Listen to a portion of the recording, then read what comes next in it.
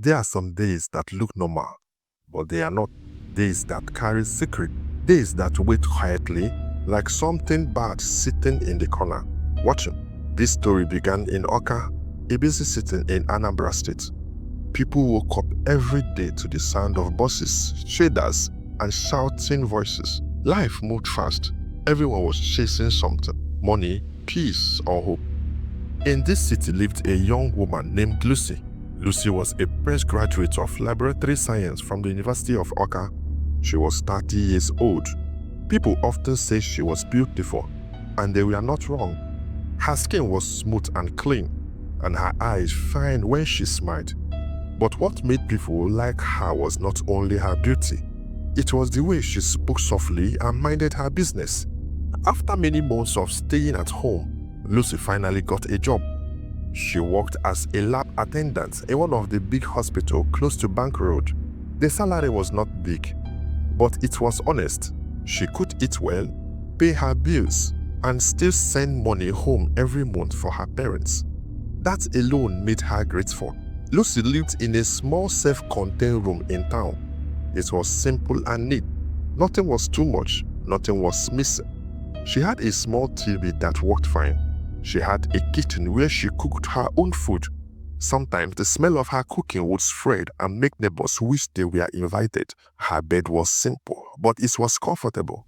Life was quiet, and for Lucy, that was enough. From the outside, everything looked fine, very fine. But life has a way of hiding things. People smile, yet something else lives inside them. The Bible says the heart of a man can be tricky. It looked good on the outside and still carries something dark inside. Lucy did not look like someone with secrets. She did not act strange. She did not talk too much. Still, not everything shows on the face.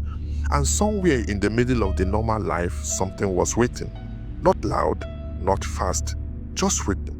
The kind of thing that does not rush, but it knows its time will come.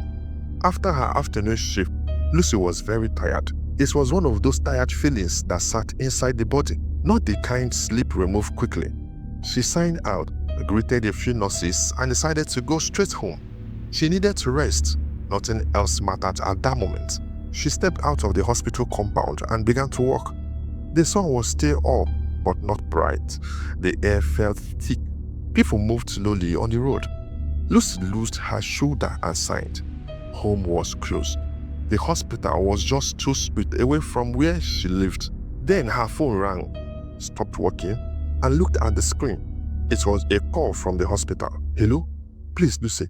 A voice said quickly from the other end. It was one of her colleagues. "Can you come back to the hospital?" The voice sounded rushed. "Is there a problem?" Lucy asked. But the call ended before she could hear anything else. Lucy looked at her phone for a moment. She stood there, confused. She did not like how the call ended. Something did not feel right. Still, she turned back without wasting time. She pulled out her white lab gloves from her bag, wore them as she walked, and headed back. The hospital was closed, so she did not need a bike or a bus. Her footsteps echoed lightly on the road.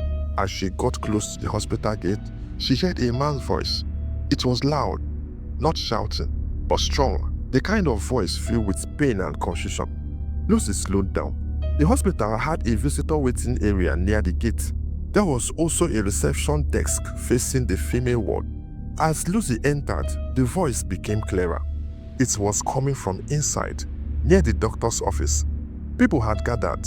Some were standing, some were sitting quietly. Nurses passed by, asking like they had seen the kind of things before. Lucy walked further in. Then she heard the name, Andrew and Janet. Lucy stopped walking. She knew those names. The voice belonged to Mr. Andrew. Standing close to him was Janet, his fiancée. Lucy remembered them clearly. They had come to the hospital weeks ago for genotype and blood group tests.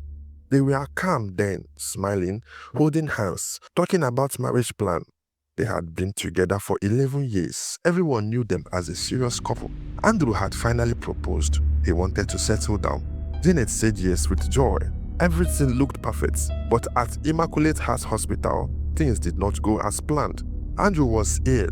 Janet believed strongly that she was AA. She had grown up knowing that. Her mother had told her many times during her birth. Tests were done and she was told she was AA. She never doubted it. So when the test results came out, it shocked everyone. Janet was AS too. That was where water entered the palm front.